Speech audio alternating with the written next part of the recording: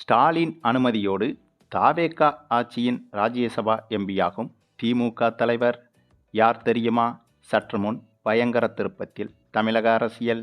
அதாவது ராஜ்யசபா எம்பி பதவியை சி.வி. சண்முகம் ராஜினாமா செய்ததால் அந்த இடத்தை நிரப்ப வரும் ஜூன் 18ஆம் தேதி ராஜ்யசபா இடைத்தேர்தல் அறிவிக்கப்பட்டுள்ள நிலையில் தவேகவுக்கு முதல் எம்பி கிடைக்க பிரகாசமான வாய்ப்பு ஏற்பட்டுள்ளது. தவேக சார்பில் முதல் எம்பியாகப் போவது யார் என்ற எதிர்பார்ப்பும் எழுந்திருந்தது.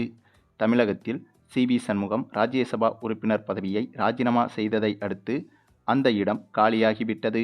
மயிலம் தொகுதியில் சட்டசபை தேர்தலில் வெற்றி பெற்றதால் அவர் தனது எம்பி பதவியை ராஜினாமா செய்துவிட்டார். அந்த பதவிக்காலம் 2028 வரை இருப்பதால் தற்போது அதற்கான இடைத்தேர்தல் நடத்தப்பட உள்ளது. தமிழகத்தில் சமீபத்தில்தான் சட்டமன்ற தேர்தல் முடிந்து புதிய அரசு பதவியேற்றுள்ள நிலையில் இந்த மாநிலங்களவை இடைத்தேர்தல் அறிவிப்பு வெளியாகியுள்ளது.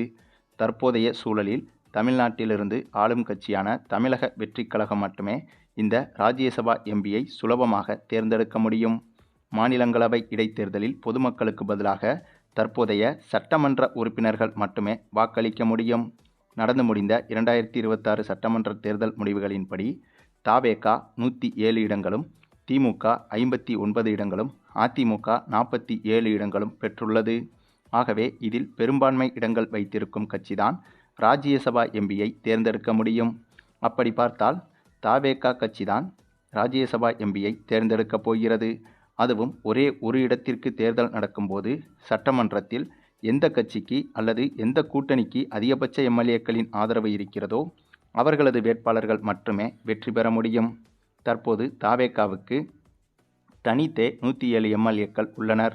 மேலும் காங்கிரஸ், வி.சி.க., கம்யூனிஸ்டுகள் ஆகிய கூட்டணி கட்சிகளின் பலத்தையும் சேர்த்தால் 119 வருகிறது. தவேக தலைமையிலான அரசுக்கு எஸ்.பி. வேலுமணி, சி.வி. சண்முகம் தரப்பும் ஆதரவு அளித்துள்ளதால் தவேகவின் பலம் இப்போது 144ஆக இருக்கிறது. இதனால் எதிர்க்கட்சிகளான திமுகவோ அல்லது அதிமுகவோ தங்களது வேட்பாளர்களை நிறுத்தினாலும் தவேக கூட்டணி வேட்பாளரை வீழ்த்துவது சாத்தியமில்லை. எனவே ஜூன் 18இல் நடக்கவிருக்கும் இந்த இடைத்தேர்தலில் முதலமைச்சர் விஜய் தலைமையிலான தவேக சார்பில் நிறுத்தப்படும் வேட்பாளரே ஒரு மனதாகவோ அல்லது பெரும்பான்மை வாக்குகள் பெற்றோ புதிய ராஜ்யசபா உறுப்பினராக தேர்ந்தெடுக்கப்படுவார்.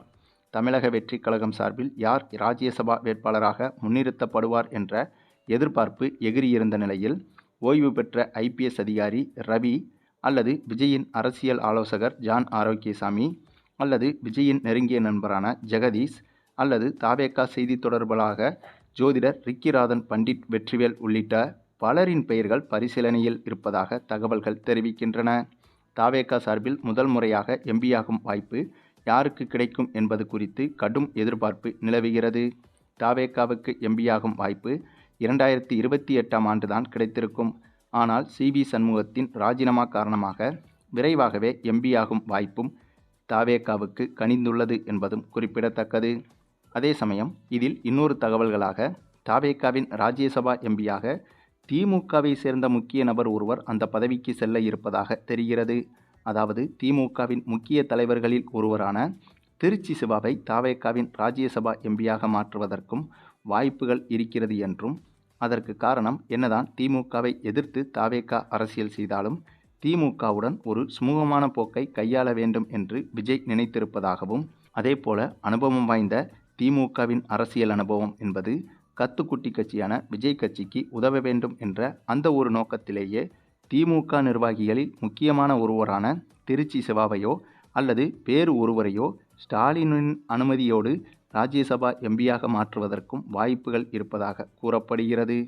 இந்த ஒரு முடிவு பற்றி உங்களுடைய கருத்துக்களையும் கமெண்டில் தெரிவிங்க. மேலும் இந்த வீடியோ பிடிச்சிருந்தா லைக் பண்ணுங்கள், மற்ற அனைவருக்கும் ஷேர் பண்ணுங்கள், மறக்காமல் நம்ம சேனலை சப்ஸ்கிரைப் பண்ணுங்கள்.